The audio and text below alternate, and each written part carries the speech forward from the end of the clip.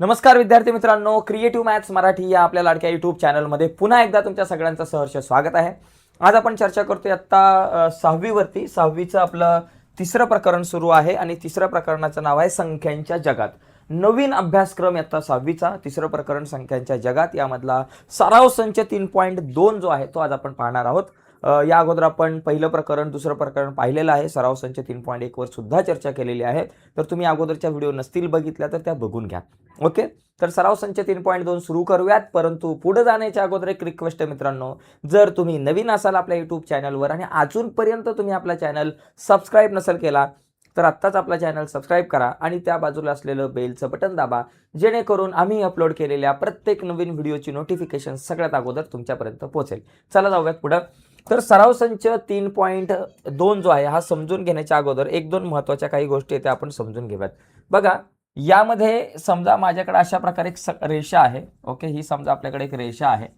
या रेषेला काहीतरी आपण एल काहीतरी नाव म्हणू आणि या रेषेवरती आपण काही अशा प्रकारच्या संख्या लिहिल्या 0, 1, 2, 3, 4. तर या झाल्या संख्या रेषा. -1, -2, -3, -4. आता या संख्या रेषेवर तुम्हाला मागच्या पहिल्या लेक्चरमध्ये म्हणजे सराव संच 3.1 शिकवत असताना आपण पाहिलं की 1 पासून पुढे ज्या काही संख्या असतात त्या सगळ्या संख्यांना आपण काय म्हणतो, नैसर्गिक संख्या. 0 पासून पुढच्या संख्यांना आपण म्हणतो पूर्ण संख्या. म्हणजे 1, 2, 3, 4, 5, 6, 7, 8, 9, 10 असं मोजत गेलं की पुढे त्या सगळ्या ज्या संख्या आहेत त्या सगळ्या नैसर्गिक संख्या. आणि या 0 पासून पुढे मोजत गेलो 0, 1, 2, 3, 4, 5, 6, 7, 8, 9, 10 तर या सगळ्या पूर्ण संख्या. याचा अर्थ 1 ही नैसर्गिक संख्या सुद्धा आहे आणि पूर्ण संख्या आहे. 2 ही नैसर्गिक पण आहे, पूर्ण आहे. पण 0 ही फक्त पूर्ण आहे, नैसर्गिक नाही. आणि या संख्या रेषेवरच्या जेवढ्या काही सगळ्या संख्या आहेत या सगळ्या संख्यांना आपण पूर्णांक संख्या म्हणतो. आणि या पूर्णांक संख्यांच्या संदर्भातले प्रश्न आणि काही कॅल्क्युलेशन्स आपल्याला या सराव संचामध्ये पाहायचे. आता एक लक्षात घ्या, या संख्या रेषेवर जसं जसं तुम्ही डावीकडून उजवीकडे जाल, बरं का, अशा प्रकारे डावीकडून जसं तुम्ही उजवीकडे जाल तसं संख्या ज्या आहेत त्या मोठ्या होत जातात. म्हणजे कसं, या संख्या रेषेवर जर बघितलं आता -4 पासून 4 पर्यंतचे आकडे पुढे वाढत पण जातील. पण सध्या इथं -4 हा सगळ्यात लहान आकडा आहे, सगळ्यात लहान संख्या आहे आणि 4 इथली सगळ्यात मोठी संख्या आहे. सगळ्यात मोठी संख्या 4, 4 पेक्षा लहान 3, 3 पेक्षा लहान 2, 2 पेक्षा लहान 1, 1 पेक्षा लहान 0, 0 पेक्षा लहान -1, -1 पेक्षा लहान -2, -2 पेक्षा लहान -3, -3 पेक्षा लहान -4. ओके, या सगळ्या संख्या आहेत. आता जर कोणी मला म्हटलं 1 आणि -2 याच्यामधलं मोठं कोण? आता वजामधली संख्या कुठलीही धनसंख्या आणि ऋण संख्या यांचा जर का तुम्ही विचार केला, आता ज्याच्या अगोदर वजाचं चिन्ह असतं ते ऋण संख्या आणि ज्यांच्या अगोदर काहीच चिन्ह नाही म्हणजे अधिकचं असतं त्या धनसंख्या. धनसंख्या कुठलीही असेल आणि एखादी ऋण संख्या म्हटलं तर ऋण संख्या ही नेहमी लहान असते आणि धनसंख्या ही नेहमी मोठी असते, एवढं लक्षात घ्या.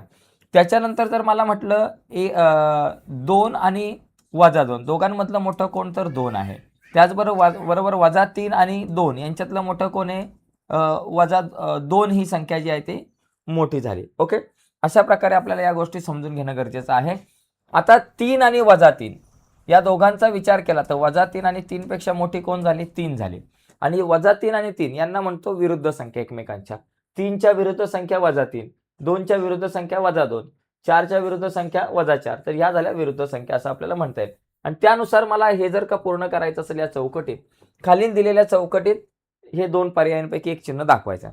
आता इथे बघा, वजामधली कुठलीही संख्या असेल, कुठलीही ऋण संख्या असेल आणि धनसंख्या असेल तर याच्यामधली जी ऋण संख्या जी आहे ती लहान असणार आणि धनसंख्या मोठी असणार. त्याच्यामुळे इथं 5 ही संख्या मोठी झाली. आता -19 आणि -5 नुसतं जर का मी 19 आणि 5 घेतलं असतं तर 19 मोठी होती. पण जर तुम्ही संख्या रेषेवरती विचार केला तर -5 जी आहे ती उजव्या बाजूला असणार आणि -19 ती डाव्या बाजूला असणार आहे. त्याच्यामुळे -19 ही लहान संख्या झाली -5 पेक्षा, -5 मोठी. आता तुम्ही जर इथं जर बघितलं -4 आणि -1 असं -4 आणि -1 चा विचार केला तर -1 ही संख्या मोठी, म्हणजे याच्यावरती कर्ज कमी असं समजा. ह्या संख्येवरती 4 रुपयाचं कर्ज आहे आणि या संख्येवर 1 रुपयाचं कर्ज आहे. म्हणजे हा एक माणूस आहे त्याच्यावर 4 रुपयाचं कर्ज आहे, हा दुसरा माणूस आहे त्याच्यावरती 1 रुपयाचं कर्ज आहे. कोण सगळ्यात तसं बघायला गेलं तर गरीब, तर ज्याच्यावर कर्ज जास्त तो गरीब समजा. -4 गरीब म्हणजे -4 लहान आहे. ओके, इथं -4 लहान. -4 आणि -2 मधलं -4 आणि -2 मधले कोण, -2 मोठे, -4 लहान. -4 आणि -3 चा विचार केला तर -3 मोठे झाले. ओके, त्याचबरोबर तुम्ही जर का -3 आणि -1 चा विचार केला तर वजा 1 मोठी संख्या आहे वजा 3 पेक्षा. तर अशा पद्धतीने या सगळ्या कॅल्क्युलेशन करू शकतो. आणि बघा, शून्य आणि ऋण संख्येचा जर विचार केला तर शून्य ही सगळ्या ऋण संख्यांपेक्षा मोठी असते, म्हणून शून्य जी आहे ती वजा 3 पेक्षा मोठी असणार. 8 आणि 12 मध्ये 12 मोठे, 5 आणि 0 मध्ये 5 मोठे, 5 आणि 0 मध्ये 5 मोठे आहे. शून्य आणि कुठलीही धनसंख्या म्हटलं तर त्याच्यामध्ये शून्य जो आहे तो लहान असतो कुठल्याही धनसंख्येपेक्षा. वजा 3 आणि वजा 9 ही वजा 3 ही मोठी संख्या झाली वजा 9 पेक्षा. तर अशा पद्धतीने आपण हे सगळं कॅल्क्युलेशन करू शकतो. तर पहिला प्रश्न जो आहे तो अतिशय सोपा होता. ठीक आहे, याचा स्क्रीनशॉट घेऊ शकताय. आता आपण पुढे जाऊयात, पुढचे काही प्रश्न बघूयात. बघा, आता इथं सोडवा. आता बेरीज वजाबाकी करतानाचे काही वजा आणि अधिकच्या चिन्हांचे मी तुम्हाला नियम सांगतो साध्या सोप्या भाषेमध्ये. पुस्तकामध्ये पण दिलेत, परंतु ते जरा जास्त क्रिटिकल आहे समजून घ्यायला. मी जरा सोपी भाषा तुम्हाला सांगतो. बघा, लक्षात घ्या, नियम कसे लक्षात ठेवायचे तर ते तुम्हाला मी आता सांगतोय. तर जास्त काही टेन्शन घ्यायचं नाही, एकदम सिंपल आहे. बघा, जर दोन संख्यांना समान चिन्ह, समजा माझ्याकडे वजा 5 आहे आणि वजा 7 आहे, अधिक 5 आहे आणि अधिक 7 आहे, बरोबर. त्याच्यानंतर माझ्याकडं इथं वजा 5 आणि अधिक 7 आहे आणि त्याचबरोबर अधिक 5 आणि वजा 7 आहे, बरोबर. आता इथं काय कॅल्क्युलेशन होईल? आता तुम्ही वर जर तुम्ही बघितलं, वजा 5 वजा 7 अधिक 5 अधिक 7, इथे वजा 5 वजा 7 दोघांना चिन्ह कशी समान सारखी चिन्ह आहेत, वजा वजा, आणि इथं अधिक अधिक सारखी चिन्ह आहे. मग लक्षात ठेवायचं, दोन संख्यांना जर का समान चिन्ह असेल तर त्यांची बेरीज करायची, बेरीज. बघा, लक्षात घ्या, दोन संख्यांना जर का समान, लक्षात घ्या, जर दोन संख्यांना चिन्ह असतील समान तर त्यांची करायची बेरीज. कळालं? दोन संख्यांना चिन्ह असेल समान किंवा सारखी तर त्यांची करायची बेरीज. 3 शब्द लक्षात घ्या, समान, बेरीज, सारखी, बेरीज, समान, बेरीज, सारखी, बेरीज. जर दोन संख्यांना समान चिन्ह असेल तर त्यांची बेरीज होती, म्हणून 7 अधिक 5 12, 7 अधिक 5 12. आता उत्तराला चिन्ह कुठलं? जे समान असलेलं चिन्ह वजा, इथं अधिक अधिकचं चिन्ह दिलं. ओके, लक्षात घ्या, दोन संख्यांना जर का समान चिन्ह दिसली तर बेरीज करायची, आणि जर दोन संख्यांना भिन्न चिन्ह दिसली, भिन्न म्हणजे विरुद्ध विरुद्ध, तर वजा करायची. 2 शब्द लक्षात ठेवायचे, भिन्न, वजा.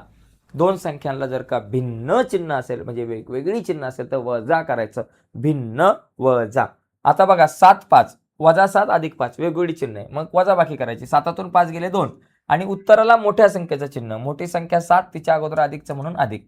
इथं पण अधिक वजा वजा, दोन संख्यांना चिन्ह कशी आहे? भिन्न, मग होणार वजा. 7तून 5 गेले 2, मोठ्या संख्येचं चिन्ह.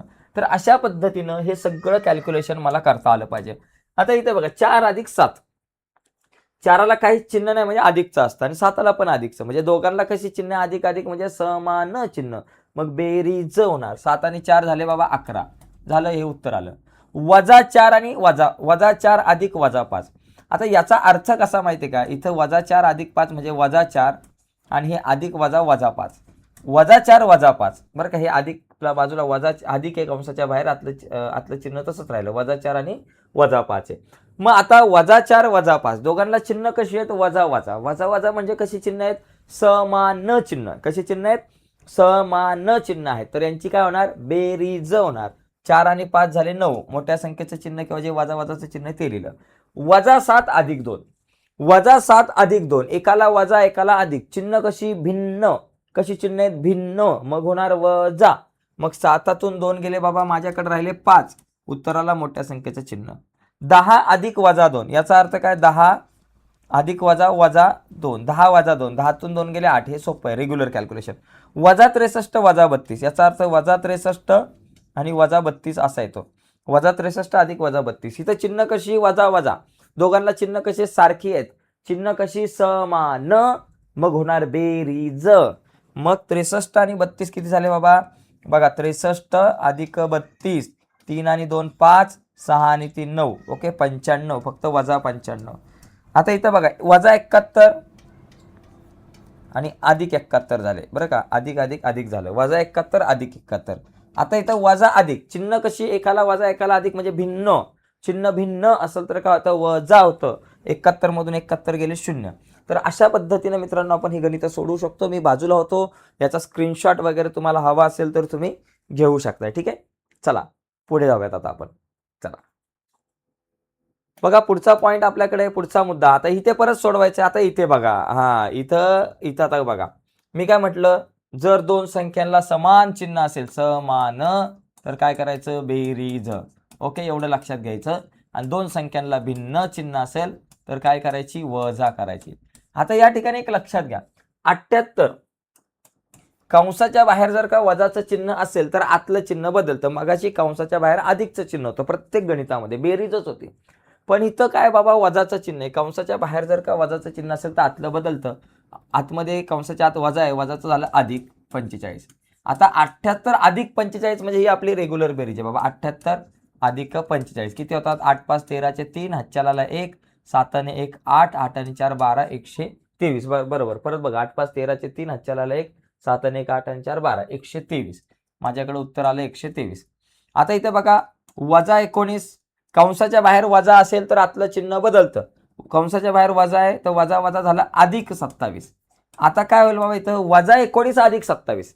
एका संख्येला वजाचं चिन्ह, एका संख्येला अधिकचं चिन्ह, म्हणजे इथं चिन्ह आहेत भिन्न. मग भिन्न चिन्ह असेल तर काय होतं, वजा होतं, म्हणजे वजा बाकी.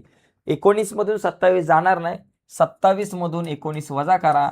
7तून 9 काय जात नाही, 17तून 9 गेले 8. उत्तर आलं 8. मोठ्या संख्येचे चिन्ह म्हणजे अधिक 8 झालं. आता इथं बघा, 148 कंसाच्या बाहेर वजा यातलं चिन्ह बदललं, वजा वजा अधिक 37 झालं. 148 अधिक 37 बघा किती होतात, 148 अधिक 37, 8 आणि 7 15चे 5, हातच्याला 1, 4 आणि 1 5, 5 आणि 3 झाले आपल्याकडे 8 झाले. आणि हा एक 185. माझ्याकडे उत्तर आलं 185 झालं. आता इथे बघा, वजा 120 बरोबर, वजा 120 आणि हे वजा 200 बरोबर. आता इथे बघा, वजा वजा दोघांना सुद्धा वजा वजा म्हणजे सारखी चिन्ह आहेत. दोन्ही संख्यांना सारखी म्हणजे समान चिन्ह आहे. चिन्ह जर का समान असेल तर काय होतं, बेरीज होतं. म्हणून या ठिकाणी 200 आणि 120 झालं 320, फक्त वजा 320 दोघांची बेरीज केली तर. आता इथे बघा, वजा 57 वजा अधिक वजा वजा कंसाच्या बाहेर वजा आहे, आतलं चिन्ह बदललं, वजा वजा अधिक 48. आता बघा, वजा अधिक वजा बाकी. दोन संख्यांना चिन्ह कशी आहेत, भिन्न आहे. एकाला अधिक एकाला वजा. चिन्ह कशी भिन्न, जर भिन्न चिन्ह असेल तर वजा होणार. मग 57 मधून 48 वजा करा. बघा, 57 मधून 48 वजा करा. हा, 7तून 8 जात नाही. 17 मधून 8 गेले, किती राहिले बाबा, 17तून 8 गेले आपल्याकडे राहिले, 17 मधून 8 गेले आपल्याकडे राहिले 9 बरोबर. 17तून 8 गेले 9 राहिले, म्हणजे इथं उत्तर येईल 9. मोठ्या संख्येचं चिन्ह, 57 मोठी संख्या, तिच्या अगोदर वजाचं चिन्ह, म्हणून उत्तराला वजाचं चिन्ह. आता इथं परत तसंच आहे, वजा 15 वजा वजा अधिक 24, वजा 15 अधिक 24. आता वजा आणि अधिक, एकाला वजा चिन्ह एकाला अधिक चिन्ह, म्हणजे भिन्न चिन्ह आहे. भिन्न चिन्ह असेल तर काय होतं, दोन संख्यांना चिन्ह असतील भिन्न तर होणार वजा. बघा, 24 मधून 15 घालवा, 24 मधून 15 गेले, 4तून 5 जात नाही, 14तून 5 गेले 9 राहिले, म्हणजे इथे सुद्धा तुमच्याकडे उत्तर आलं वजा 9. तर अशा पद्धतीनं आपण हा प्रश्न सोडवू शकतो. मी बाजूला झालोय, याचा स्क्रीनशॉट जर तुम्हाला हवा असेल तर तुम्ही घेऊ शकताय. ठीक आहे, चला पटकन स्क्रीनशॉट घ्या, म्हणजे आपल्याला थांबायला. यस, चला. तर हा सॉरी, वजा 9 नाही ना, तिथं अधिक 9 येईल. मोठ्या संख्या आपल्याकडे 24 आहे, तिचं चिन्ह अधिक 9. एकदा उत्तर चेक करू, बरोबर आहे का आपल्याकडं. पहिल्याचं 133 येतील तर इथं 123 घेतलं का आपण चुकून. बघा, 78 अधिक 45 एकदा परत बघा. 8 5 13चे 3, हातच्याला 1, 7 आणि 1 8, 78 अधिक 45 इथे मागच चुकलं वाटतं उत्तर. ठीक आहे, दुसऱ्याचं 8 8 नंतर आपल्याकडे 185 वजा 320. जरा मी पुस्तकात प्रश्न बघतो. 78 7 आणि 4 11 आणि 78 आणि 45, 8 5 13चे 3, हातच्याला 1 8 आणि 133 दिले पुस्तकात मागे. एकदा आपण प्रश्न चेक करू, कारण कधी कधी आपण प्रश्न चुकीचा लिहितो, असं पण आपल्याकडून बऱ्याचदा होतं. 88चे 78 वगैरे असं काहीतरी होतं. सराव संच 3 पॉईंट 78 वजा 45. ठीक आहे, मागे जे उत्तर दिलेलं आहे ते जरा चुकलेलं आहे, एवढं लक्षात घ्या. मागं पुस्तकात 133 दिलं आहे. ओके, चला. तर बघा मित्रांनो, आजच्या या चर्चेमध्ये आपण इथेच थांबूयात. तर नक्कीच तुम्हाला ही व्हिडिओ आवडली असेल तर व्हिडिओला लाईक करा. नवीन असाल आपल्या चॅनलवर तुम्ही आणि अजूनपर्यंत आपला चॅनल सबस्क्राईब नसेल केला तर आत्ताच आपला चॅनल सबस्क्राईब करा आणि त्या बाजूला असलेलं बेलचं बटन दाबा, जेणेकरून आम्ही अपलोड केलेल्या प्रत्येक नवीन व्हिडिओची नोटिफिकेशन तुमच्यापर्यंत पोहोचेल. बाय मित्रांनो, धन्यवाद सर्वांना.